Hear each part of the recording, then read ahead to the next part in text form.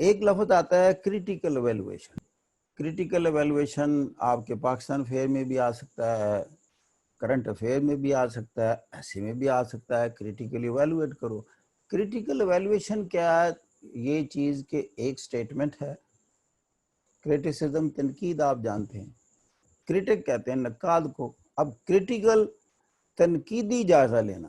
تنقیدی جائزہ کا مطلب یہ ہے کہ ایک کسی نے اسٹیٹمنٹ دے دی کہ there is a global warming and suppose this is the biggest problem on the globe for the humanity which humanity is going to face. ایک اسٹیٹمنٹ ہے کہ دس از دا بگیسٹ پرابلم, باقی سارے پرابلم نیچے ہیں, دس از دا ہائیسٹ.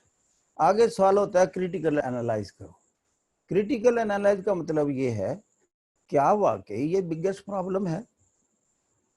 بگیسٹ کیوں کہا جاتا ہے؟ اگر آپ سمجھتے ہیں کہ پرابلم تو ہے بٹ ناٹ دا لارجسٹ اور دا بگیسٹ پرابلم, پھر آپ کہیں گے جس کی کوئی اتنی گریوٹی نہیں ہے, دنیا اس پر لگی ہوئی ہے, they are addressing to it and with in small span of time you are going to overcome it. It's not that much consume our energy or our time and money کہ اس کو اپنے سر پر سوار کر لیں. ایک بندہ کہتا ہے یہ واقعی بہت بڑا پرابلم.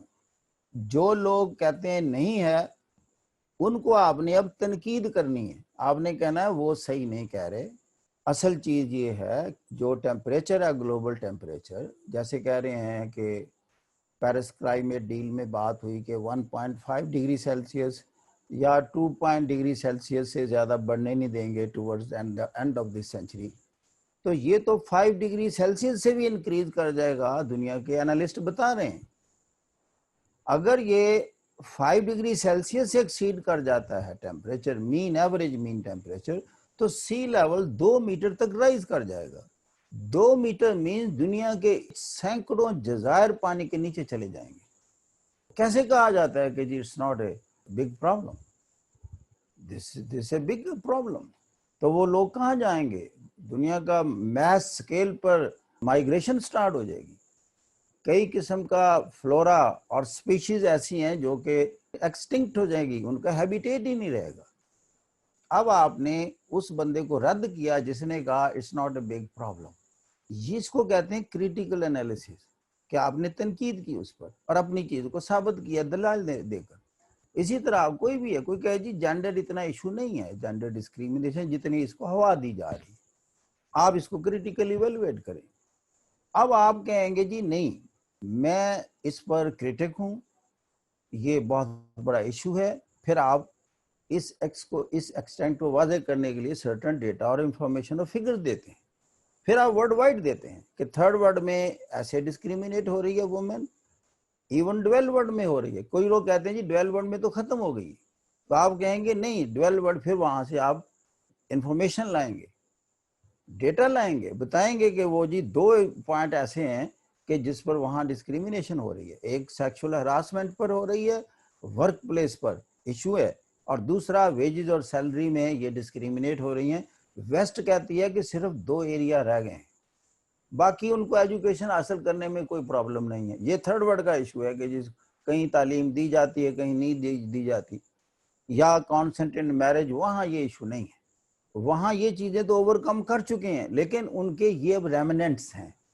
لیکن تھرڈ ورلڈ میں ابھی بے شمار ہیں, لیگیسی کے مسائل ہیں, وراثت کے مسائل ہیں, شادی کے مسائل ہیں, یا ڈسپیوٹس میں اس کو ایز اے چیٹل یوز کیا جاتا ہے, بارگیننگ چپ ہے. اس سے فیصلے ہوتے ہیں کہ جی اگر آپ نے ڈسپیوٹ ختم کرنا ہے تو ایک بچی بیاؤ ہمارے ہاں, اب بچی کو سمجھا کیا ہوا ہے. اب یہ ہے گریوٹی کہ جی تھرڈ ورلڈ کا یہ تھوڑا ایشو ہے. اس لیے ہم کہتے ہیں کہ اس بچی کے مائنڈ سے تو کبھی سوچ کے دیکھیں جو کہ فیصلے کے لیے استعمال ہو رہی ہو. وہ تو ایسے ہے جیسے کہ وہ اس کا کوئی ذہن ہی نہیں ہے, اس میں کوئی سینسٹیوٹی نہیں ہے, وہ اعصاب کی مالک ہی نہیں ہے, وہ تو ایک جانور ہے. اس کا تو ہاتھ پکڑنا ہے, پکڑا دینا ہے, جی ڈسپیوٹ سیٹلڈ, لہذا آپ کے ساتھ امن کا معاہدہ ہو گیا, ہم نے بچی دے دی آپ کو. اسی کبھی سوچے تو صحیح. کوئی اس وقت تو وہ کہے گی نا زمین کیوں نہیں پھٹ گئی. یہ اللہ کو یہ لوگ کیا جواب دیں گے جو خود کو مسلمان کہتے ہیں. میں جنرلی ایموشنل ہو جاتا ہوں اس بات پر. جو فیصلے میں خود کو مسلمان کہہ رہے ہیں اور بچی کو، معصوم بچی کو، اس کی کانسنٹ تو بات ہی نہیں ہے نا، حوالے کر رہے ہیں جی وہ کس کے ساتھ بیاہ کرتے ہیں کس کے ساتھ نہیں کرتے، اس کی ایج کیا ہے، بچی کی کانسنٹ کیا ہے، میچ ہے نہیں ہے۔ یہ تو ہم سیویج ایرا میں بھی رہتے ہیں۔ یہ بیچ میں ہے، میں آپ کو بتاتا ہوں یوں کریٹیکلی ایویلویٹ کیا جاتا، اگر کہیں اٹس اے متھ اور جی کوئی مسئلہ نہیں ہے، یہ ایسی فیمنزم ہے اور یہ عورتوں کا دماغ خراب ہو گیا ہے، یہ ایسی سول سوسائٹیز یہ ایسی موومنٹ چلاتی پھرتی ہیں، ٹھیک ٹھاک گھروں میں رہ رہی ہیں جی، ایسے لوگ آپ کو ملیں گے۔ تو but if you are asked to critically analyse all these things, کیا مردوں کی طرح تعلیم اور جاب اور ہر چیز کی آزادی ہے، یا مرد ایک جرم کرتا ہے اور ایک وہی جرم عورت کرتی ہے تو معاشرہ دونوں کو کیسے ٹریٹ کرتا ہے؟ اگر وہ یہ کہہ دے کہ نوجوان تو کرتے ہی کرتے ہیں، لڑکا ہے کوئی بات نہیں ہے، لڑکی نے کیوں کیا، لیٹ اس کل ہر ناؤ۔ جس سوسائٹی کی ویلیوز یہ ہیں تو ڈسکریمنیٹ تو ہو گئی نا۔